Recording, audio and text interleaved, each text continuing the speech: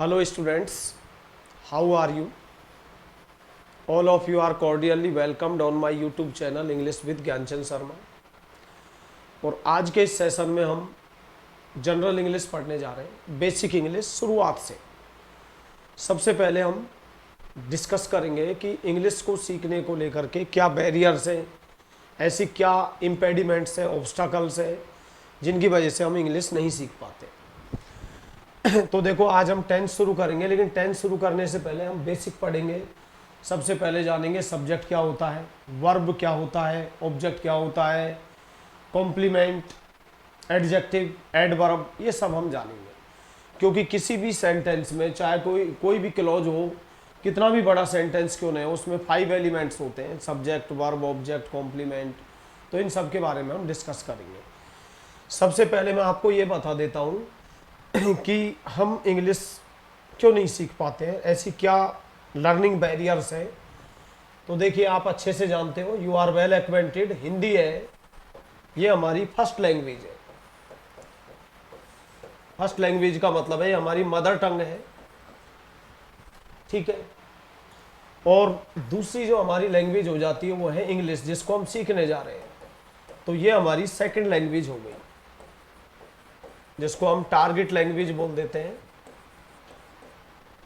अब ये तो आप भी अच्छे से जानते हो, हर लैंग्वेज की अपनी वोकेबलरी होती है, और कोई भी भाषा है वो हैबिट फॉर्मेशन पर बेस्ड ऑन होती है, ठीक है। रटने से कभी लैंग्वेज नहीं सीखी जा सकती है। अब चूंकि हिंदी हमारी फर्स्ट लैंग्वेज है, इंग्लिश हमारी सेकंड लैंग्वेज है, अब ये दोनों डिफरेंट लैंग्वेजेज है, ठीक है। अभी जैसे मैं आपको एक हिंदी का सेंटेंस देता हूं कि एक बस हमारे कॉलेज गेट के सामने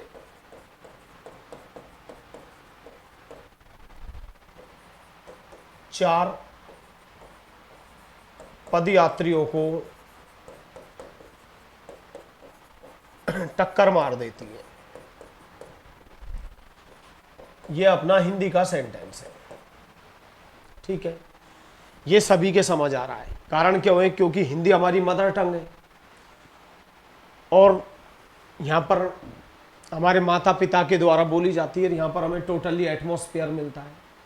चूंकि हम सारी वोकेबलरी जानते हैं, तो हर कोई समझ गया कि भाई एक बस होती है जो हमारे स्कूल गेट के सामने जो 4 पैदल यात्री जा रहे होते हैं उनको टक्कर मार देती है। अगर मैं इसकी इंग्लिश की बात करूँ तो इंग्लिश इसकी इस तरह से बनी हुई मिलेगी आपको, अ बस, ये आपका सब्जेक्ट हो गया।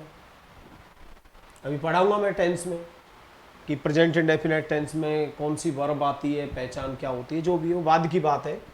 तो मैंने लिख दिया अब बस। अब चूंकि ये प्रेजेंट सिंपल टेंस है, अब प्रेजेंट सिंपल टेंस है तो इसमें क्रिया के अंत में तायती आता है। तो यहाँ क्रिया क्या है? टक्कर मार देना। ये नहीं देने के अलग से बना रहे हो आप, कंप्लीट इंग्लिश आ गई, टक्कर मार देना। अब आपको इसकी अंग्रेजी आनी चाहिए। तो देखिए, एक नॉक शब्द होता है, KNOCK। वैसे तो नॉक मीन्स क्या होता है? हिट होता है।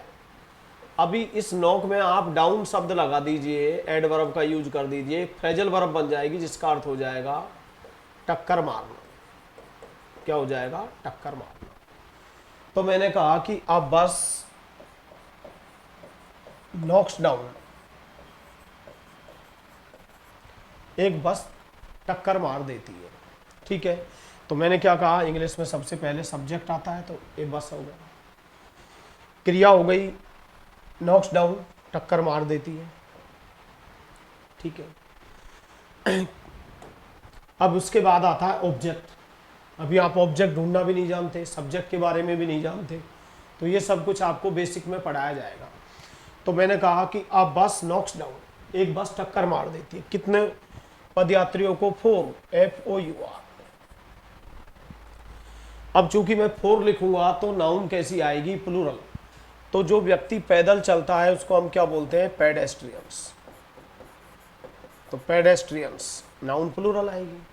तो अब बस नॉक्स डाउन 4 पेडेस्ट्रियंस, एक बस 4 पदयात्रियों को टक्कर मार देती है।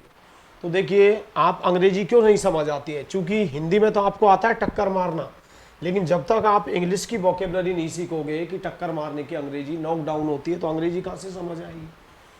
तो सबसे पहले तो आपको अपनी वोकेबलरी को एक्सपेंड करना है। You are to expand your vocabulary as much as you can, क्योंकि किसी भी लैंग्वेज का सीखने का जो कोर पार्ट होता है वो वोकेबलरी होता है। देखो ग्रामर सब कुछ पढ़ाया जाएगा, अभी मैं सिलेबस भी नोट करवाऊंगा आपको। तो मैंने क्या लिखा, अ बस नॉक्स डाउन 4 पेडेस्ट्रियंस, एक बस टक्कर मार देती है, ठीक है। अब किन को मार देती है, 4 पदयात्रियों को। तो ये आपका सब्जेक्ट हो गया, अभी ये बताऊंगा मैं इनके बारे में। ये आपके वर्ब हो गई और ये अपना ऑब्जेक्ट हो गया, ठीक है। एक बस टक्कर मार देती है इन front of, in front of के सामने, इन फ्रंट ऑफ। अब ये देखो फ्रेज हो गया आपके सामने, प्रीपोजिशन फ्रेज के सामने, in front of our college gate, हमारे कॉलेज गेट के सामने, ठीक है। अब देखिए आप अच्छे से, it's very obvious to you, Hindi आपको बहुत अच्छे से समझ आ रही है क्योंकि ये आपकी मदर टंग है कि एक बस हमारे कॉलेज गेट के सामने 4 पदयात्रियों को टक्कर मार देती है। यही सेम लैंग्वेज आपको इंग्लिश में इस तरह से देखने को मिलेगी। A bus knocks down 4 pedestrians in front of our college gate. अब आपको न समझ आने का मेन जो चीफ रीजन है वो है कि आपको ये वर्ड नहीं आता। तो ये आपकी ड्यूटी बनती है कि आप तुरंत जो भी कोई वर्ड आता है उसको आप नोट करें। तो मैं आपको पहले देखो क्लियर कर देता हूँ। वोकेबलरी पढ़ना बहुत जरूरी है। एक शब्द होता है नॉक, ये नॉक का मतलब होता है हिट, टकराना आमने सामने से, जैसे 2 खिलाड़ी टकरा गए। इसी नॉक शब्द में अगर मैं डाउन लिख देता हूं तो ये हो जाता है टक्कर मारना। और नॉक का मतलब होता है टकराना, ठीक है। इसी नॉक में हम नॉक एट लिख सकते हैं, नॉक एट द डोर। भाई वोकेबलरी तो आपको फर्स्ट डे से ही सीखनी है। दरवाजा खटखटाना, प्रपोजिशन में फायदा उठा सकते हैं आपकी। नॉक के बाद knock at the door fix है। नॉक एट द बेल, घंटी बजाना।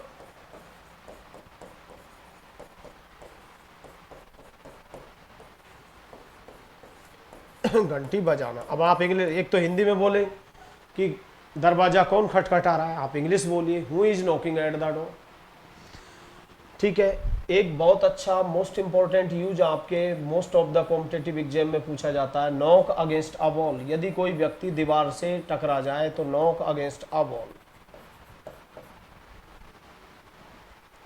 तो ये वर्ड आप नोट कर सकते हैं, ठीक है। अगर हम फर्स्ट सेकंड फॉर्म की बात करें तो नॉक, सेकंड फॉर्म नॉक्ड, और थर्ड फॉर्म भी क्या हो जाएगी, नॉक्ड।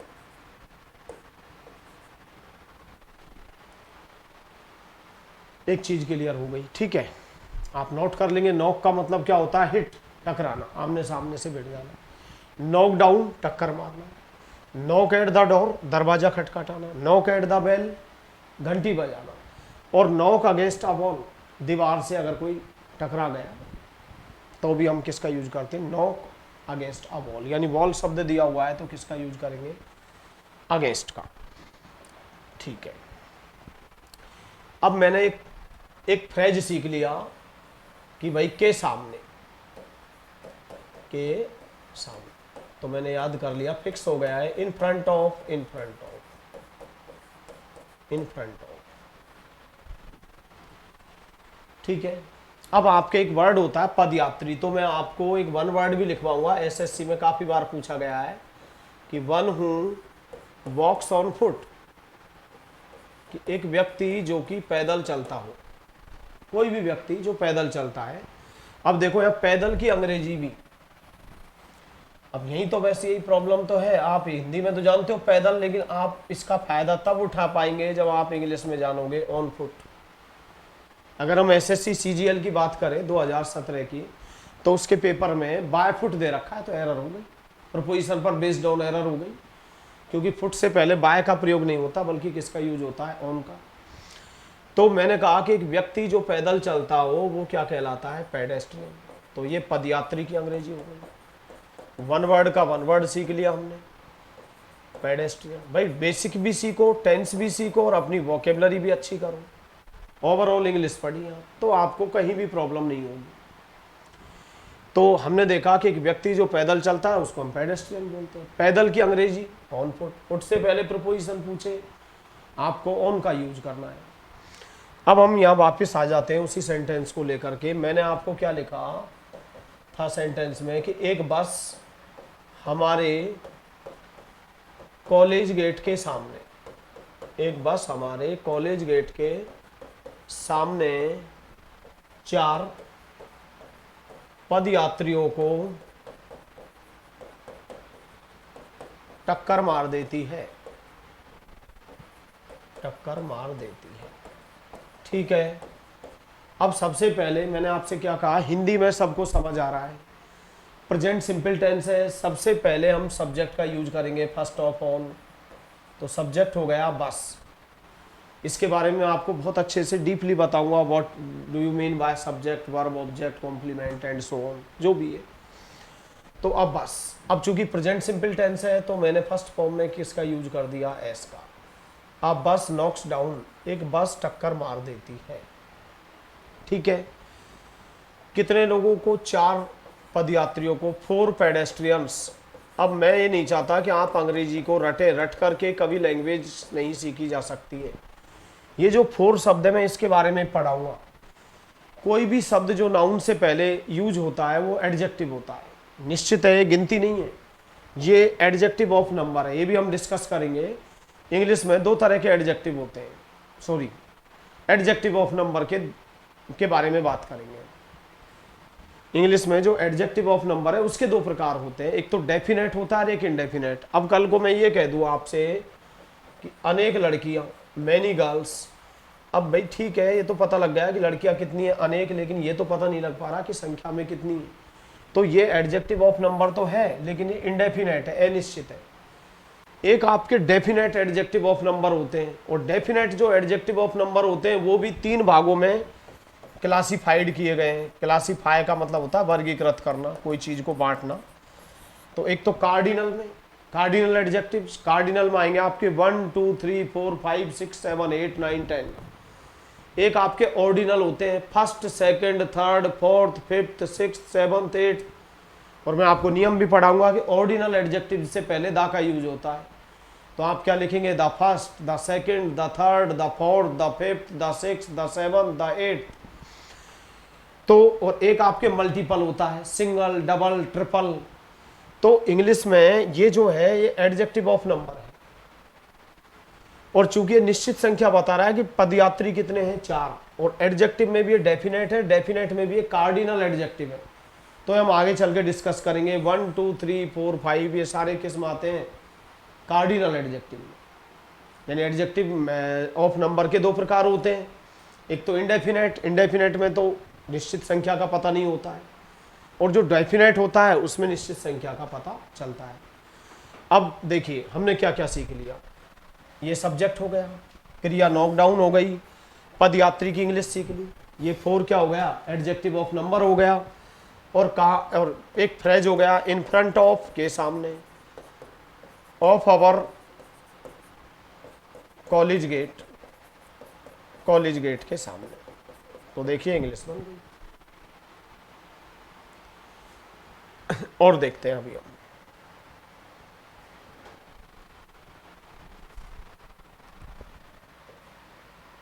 दूसरा सेंटेंस ले लेते हैं। मैंने कहा आपसे कि कृपया अपने वादे को निभाइए या पूरा करिए। कृपया अपने वादे को निभाइए। अब ये हिंदी में सबको समझ आ रहा है। कारण क्या है कि हमारी मदर टंग है, हर कोई समझ जाएगा कि भाई जो आपने वादा किया है उसको पूरा करिए या निभाइए। लेकिन इंग्लिश में ऐसा नहीं मिलेगा, और इसीलिए हम इंग्लिश को लेकर के ऐसा सोचते हैं कि भाई learning English is an uphill task. कि भाई अंग्रेजी सीखना तो एक बहुत बड़ा, बहुत ही कठिन कार्य है, हरक्यूलियन टास्क है। ऐसा कुछ नहीं है। Learning English is totally facile. अंग्रेजी सीखना बेहद आसान है, लेकिन आपकी जो वोकेबलरी है वो अच्छी होनी चाहिए और अंडरस्टैंडिंग पावर होनी चाहिए। तो देखिए, सबसे पहले आप कृपया अपने वादे को निभाइए। तो चूंकि इम्पेरेटिव वाक्य, जैसे मैंने आपसे कहा प्लीज गो, कृपया जाइए, प्लीज हेल्प मी, कृपया मेरी मदद करिए। अब मैंने यहां लिख दिया कि प्लीज, ठीक है। अब वादा निभाने की अंग्रेजी होती है abide by. Please abide by your promise, कृपया अपना वादा निभाइए, ठीक है।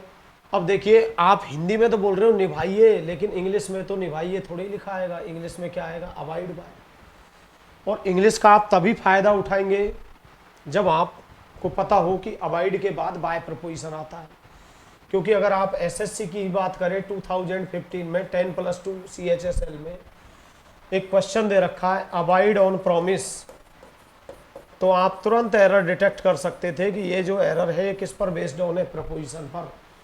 मैंने तुरंत डिटेक्ट कर लिया कि अवॉइड के बाद ऑन नहीं आता, बल्कि किसका यूज होता है? बाय का। देखिए, आप फर्स्ट डे से भी जनरल इंग्लिश अच्छी कर सकते हैं। आप एक सेंटेंस से अंग्रेजी सुधार सकते हैं। जैसे अभी मैंने एक सेंटेंस दिया था आपको, पैदल की अंग्रेजी ऑन फुट होती है, याद कर लिया आपने। पदयात्री की पेडेस्ट्रियन, वन वर्ड याद हो गया कि one who walks on foot या one who goes on foot is called pedestrian. आपने टक्कर मारने की अंग्रेजी सीख ली, नॉक डाउन। आपने एक फ्रेज सीख लिया, इन फ्रंट ऑफ, ठीक है। अब क्या है कि ऐसा नहीं है, अवॉइड का हम काफी जगह यूज करते हैं। देखिए,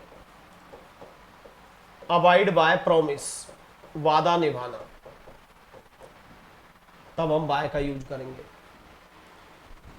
अगर आप कानून मानते हो तो भी हम क्या यूज कर देंगे? अवॉइड बाय द लॉ, कानून मानना।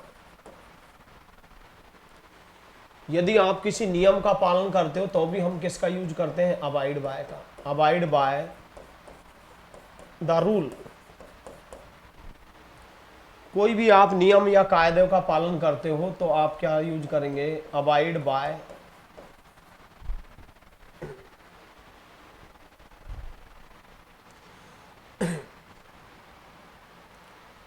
ठीक है, avoid by the law, avoid by the rule, और अवॉइड बाय द डिसीजन। कोई भी निर्णय मानते हो या किसी भी निर्णय से आप सहमत होते हो, ठीक है। अगर आप नियम और कायदे मानते हो तो भी हम किसका यूज करेंगे? अवॉइड बाय का। Avoid by the rule and regulation, rule and regulation, नियम कायदे मानना, ठीक है। तो आप इंग्लिश में सीखेंगे वादा निभाना, अवॉइड बाय प्रॉमिस, कानून की पालना करना, avoid by the law, avoid by the rule, avoid by the decision, कोई निर्णय से सहमत होना, avoid by the rule and regulation, नियम और कायदे का पालना करना, ठीक है। और इसी से एक वर्ड और बनता है लॉ अवॉइडिंग, लॉ अवॉइडिंग, कानून मानने वाला, कानून की पालना करने वाला।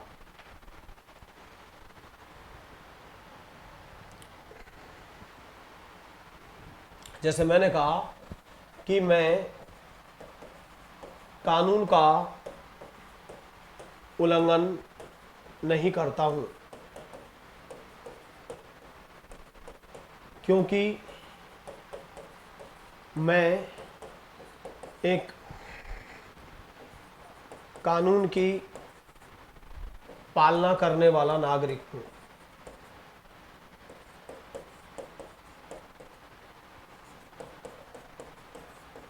नागरिक हूं। तो समझिए, अंग्रेजी में मैं क्या लिखूंगा कि I do not violet, I do not violet. अब यहां वायोलेट शब्द का यूज करेंगे हम कि मैं कानून का उल्लंघन नहीं करता हूं। I do not violet the law, because, क्योंकि, आई मैं, एम हूं, लॉ अवाइडिंग यानी कानून की पालना करने वाला, लॉ अबाइडिंग सिटीजन, क्योंकि मैं कानून की पालना करने वाला नागरिक हूं। तो देखो अंग्रेजी में हिंदी में अंतर तो होता ही है। अगर आप कहें कि मानव अधिकारों का उल्लंघन करना तो क्या वर्ड यूज करेंगे, वायोलेट ह्यूमन राइट्स।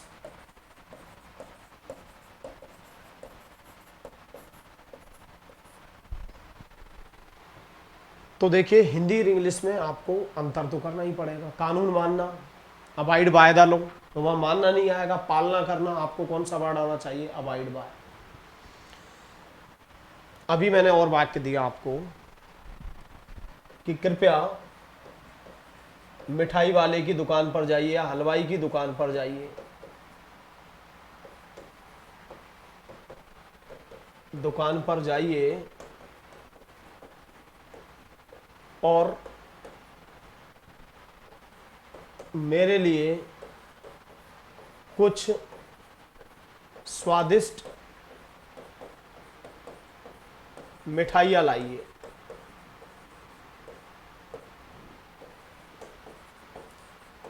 अब देखिए आपके सबके समझ आ रहा है कि कृपया हलवाई की दुकान पर जाइए। अब देखो सिंपल सी बात है, अगर मैं लंदन में होऊंगा तो वहाँ पर मुझे हलवाई की दुकान या मिठाई वाले की दुकान नहीं लिखे मिलेगा, वहाँ पर मुझे सब कुछ किस में मिलेगा, इंग्लिश में। अब यहाँ मेरे साथ लैंग्वेज प्रॉब्लम है, क्योंकि यहाँ पर मैं मार्केट में भी जाऊँगा, घर पे भी रहूँगा, तो मुझे जो माहौल मिलेगा, जो सराउंडिंग्स मिलेगी, वो टोटली हिंदी में। अब जब तक मैं इंग्लिश को पढ़ूंगा ही नहीं तो इंग्लिश कैसे सीख सकता हूँ, ये तो आप भी अच्छे से जानते हो। अब अगर मैं इसकी इंग्लिश बनाऊंगा तो सेम इस तरह से बनेगी कि प्लीज कृपया गो जाइए टू द कन्फेक्शनरी शॉप। अब जो मिठाई वाले की दुकान जिसको हम बोलते हैं, हलवाई की दुकान बोलते हैं, उसको कन्फेक्शनरी बोलते हैं, कन्फेक्शनरी शॉप। अब यदि आप लंदन में रहते हो जहाँ पर अंग्रेजी बोली जाती है और वहाँ पर मिठाई की दुकान है, तो वहाँ पर बड़े बड़े अक्षरों में लिखा रहेगा कन्फेक्शनरी शॉप। अब चूंकि हम यहाँ भारत में रहते हैं, तो जैसे हम जाते हैं, माता जी बोलते हैं कि हलवाई की दुकान पर जाइए।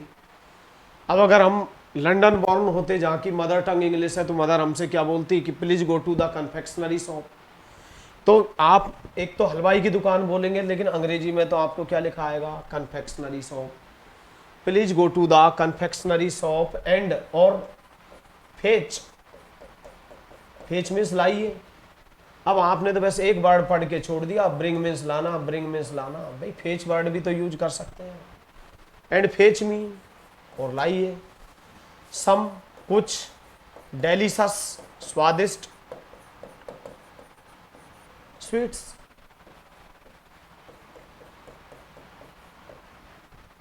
और भाई आप यूज किया करो कि please fetch me some water, कृपया मेरे लिए कुछ पानी लाइए। Please fetch me 2 books based on English grammar, कृपया मुझे अंग्रेजी से संबंधित 2 बुक्स लेके आइए, अंग्रेजी व्याकरण से संबंधित। ठीक है, तो अब देखिए हिंदी में तो सबके समझ आ रहा है कि कृपया हलवाई की दुकान पर जाइए, लेकिन इंग्लिश क्यों समझ नहीं आ रही, क्योंकि आप जानते ही नहीं है कन्फेक्शनरी का मतलब क्या होता है। कन्फेक्शनरी शॉप का मतलब मिठाई वाले की दुकान, हलवाई की दुकान। और ये फ्रेच है, तो आप देखिए इंग्लिश पढ़ते हैं तो आपको इंसिडेंटल मेथड का यूज हमेशा यूज करना है। इंग्लिश का एक मेथड होता है इंसिडेंटल मेथड, कि मेरा कोई प्लान नहीं था इस वर्ड को सीखने का, लेकिन जब मैं न्यूज़पेपर पढ़ रहा था या कोई पैसेज पढ़ रहा था, कोई भी टेक्स्ट पढ़ रहा था, और मेरी अचानक से मुलाकात हो जाती है, तो जैसे ही मुझे फेच वर्ड मिला, तो ये मेरी ड्यूटी बनती है कि I should look up this word in a dictionary, कि मैं इस वर्ड को लुकअप करूं। लुकअप का मतलब है किसी वर्ड को आप अगर डिक्शनरी में सर्च करते हो, तो आप जब इस वर्ड को लुकअप करोगे डिक्शनरी के अंदर, तो you will find out the similar word of fetch and you will find bring. तो आप क्या पाएंगे, ब्रिंग, कि फेच का मतलब क्या होता है, लाना। अब देखो हिंदी में तो मैं कह रहा हूं कृपया हलवाई की दुकान पर जाइए और मेरे लिए कुछ स्वादिष्ट मिठाइयाँ लेके आइए, लेकिन अंग्रेजी में क्या कहूँगा, प्लीज कृपया गो जाइए कन्फेक्शनरी शॉप, मिठाई वाले की दुकान पर, एंड और फेच लाइए, मी मीन्स मुझे, सम मीन्स कुछ, डेलिशस स्वादिष्ट, और स्वीट्स मीन्स मिठाई। तो ये लो आराम से आपको समझ आ जाएगा। तो आप एक बात अच्छे से जान चुके होंगे कि जो अंग्रेजी हम इसलिए नहीं सीख पाते कि हम जो अंग्रेजी की वोकेबलरी है उससे टोटली आउटडेटेड है। हमको पैदल तो बोलना आता है, लेकिन पैदल के लिए इंग्लिश वर्ड जब तक आपको नहीं आएगा, आपको आना चाहिए क्या, ऑन फुट। आपको के सामने की अंग्रेजी आनी चाहिए, इन फ्रंट ऑफ, आपको टक्कर मारने की अंग्रेजी आनी चाहिए, नॉक डाउन, दरवाजा खटखटाने की अंग्रेजी आनी चाहिए, नॉक एट द डोर, घंटी बजाने की अंग्रेजी आनी चाहिए, नॉक एट द बेल। तो आप अपनी इंग्लिश बहुत अच्छी कर सकते हैं। अब आप इस वर्ड को नोट कर लेंगे, फेच मीन्स लाना, ब्रिंग, हलवाई की दुकान, मिठाई वाले की दुकान। तो आज के बाद आपको क्या बोलना है, इसको कन्फेक्शनरी शॉप। और देखिए,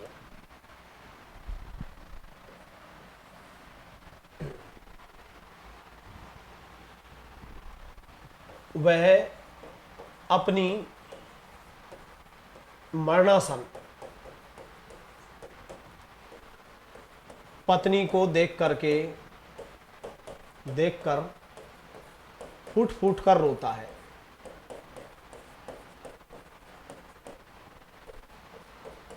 अब देखिए, आपके सबके समझ आ गए कि वह अपनी मरणासन पत्नी, मरणासन का मतलब है अबाउट टू डाई, जो मरने को है, फूट फूट कर रोता है। अब वहां अंग्रेजी में आपको ये नहीं लिखा आएगा फूट फूट कर रोना। अब आपके पास बहुत अच्छा वर्ड है, या तो आप लिख सकते हैं बरस्ट इनटू टीयर्स, फूट फूट कर रोना। अगर बरस्ट के बाद प्रपोजिशन भी पूछा जाए तो आप झट से किसका यूज कर दोगे, इनटू का। बरस्ट इनटू लाफ्टर, ठहाके लगाना, बरस्ट इनटू लाफ्टर, ठहाके लगाना। बरस्ट इनटू एंगर, आग बबूला हो जाना। भाई इंग्लिश इंग्लिश होती है, बरस्ट इनटू एंगर।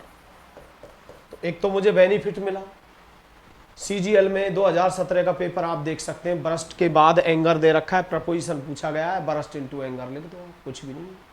पैदल के लिए ऑन फुट होता है, तो फुट से पहले मुझे ऑन का यूज करना है। अब बरस्ट इनटू टीयर्स का मतलब है फुट फुट कर रोना, तो इसको अंग्रेजी में बोलते हैं वीप बिटरली, वीप बिटरली। ठीक है, अब हमें इसकी इंग्लिश बनानी है कि वह अपनी मरणासन पत्नी को देखकर फूट फूट कर रोता है। तो सबसे पहले इंग्लिश में क्या आता है, सब्जेक्ट।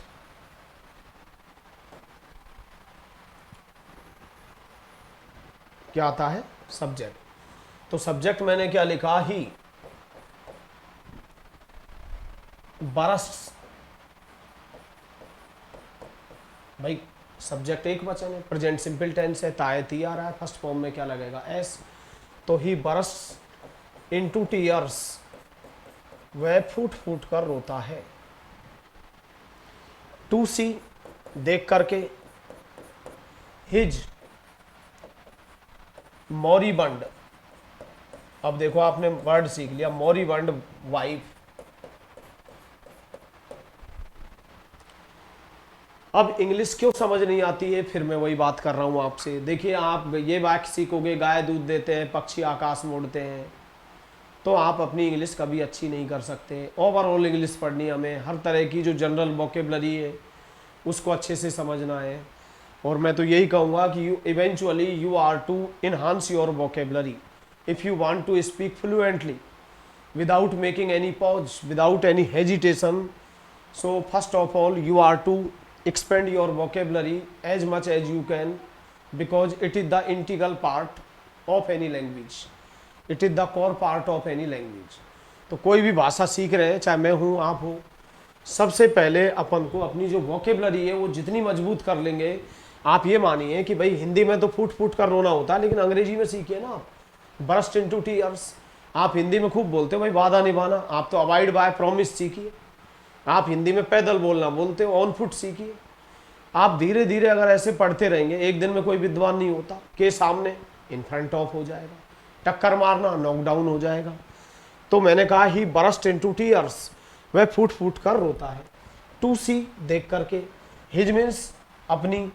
अब मैं जैसे ये मॉरीबंड शब्द को देखूंगा, सिनोनिम्स कुछ नहीं होते हैं, जो हम बेसिक वर्ड होते हैं यही समानार्थी शब्द होते हैं, और ये एग्जाम में पूछ लिए जाते हैं। अब ये दोनों वर्ड अक्सर पूछे जाते रहते हैं। एक तो वर्ड होता है मॉर्बिड। क्या वर्ड होता है, मॉर्बिड। तो मॉर्बिड का मतलब तो होता है बीमार। बीमार का मतलब डिजीज्ड, अनहेल्दी।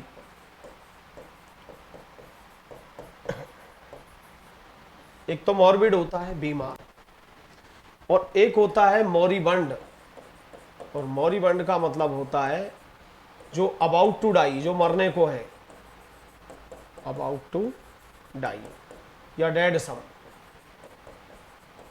जो बिल्कुल मृत जैसा हो चुका है। तो हमने देखा कि अगर हमें इंग्लिश सीखना है, मैं भी आपको मदर टंग की हेल्प लेते हुए ही सिखाऊंगा, लेकिन मैं आपको ये चीज़ें ज़रूर बताऊंगा कि भैया हिंदी में आप पैदल बोलते हो तो इंग्लिश में इसके लिए आप ऑन फुट बोलना सीख लीजिए। हिंदी में आप आग बबूला होना सीख बोलते हो तो अंग्रेजी में भी इसके लिए वर्ड सीख लीजिए, burst into anger, burst into anger. ठीक है, तो आज के लिए इतना ही, कल हम फिर से डिस्कस करेंगे। अभी बेसिक इंग्लिश, अभी मैंने टेंस शुरू नहीं किए, अभी मैं आपको बता रहा हूँ कि क्या लर्निंग बैरियर्स हैं, क्या इंग्लिश सीखने को लेकर के जो ऑब्स्टाकल्स हैं, और किस तरह से हम इस तरह की जो भी बाधाएं, ऑब्स्टाकल्स हैं जो कि हमारे लर्निंग प्रोसेस में हिंड्रेंस क्रिएट करती हैं, इनको कैसे डिस्पेल कर सकते हैं, कैसे दूर कर सकते हैं। ठीक है, तो दैट्स इनफ फॉर टुडे।